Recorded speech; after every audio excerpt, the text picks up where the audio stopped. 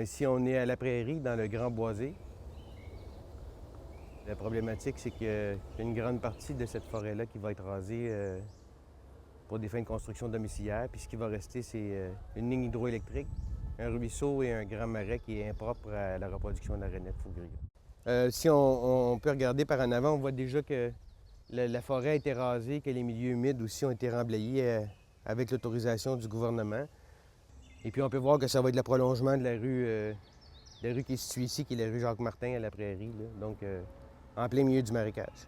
Nous, ce qu'on veut, c'est que ça devienne une zone de conservation pour la rainette faugrillon, parce que c'est une des 9 populations qui en abrite, et c'est une des plus importantes, avec celle du boisé du Tremblay et du bois de Brossard. Et puis, je trouve inacceptable qu'en 2013, une espèce qui est menacée au Canada puisse être complètement détruite comme ça. C'est vraiment une aberration totale.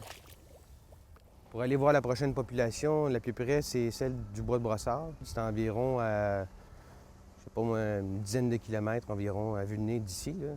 Donc, la rainette faugrillon ne traversera pas les chemins principaux pour aller se reproduire là-bas, c'est carrément impossible, là. Donc, il y a vraiment une distance énorme entre les populations, d'où l'importance de les conserver, là.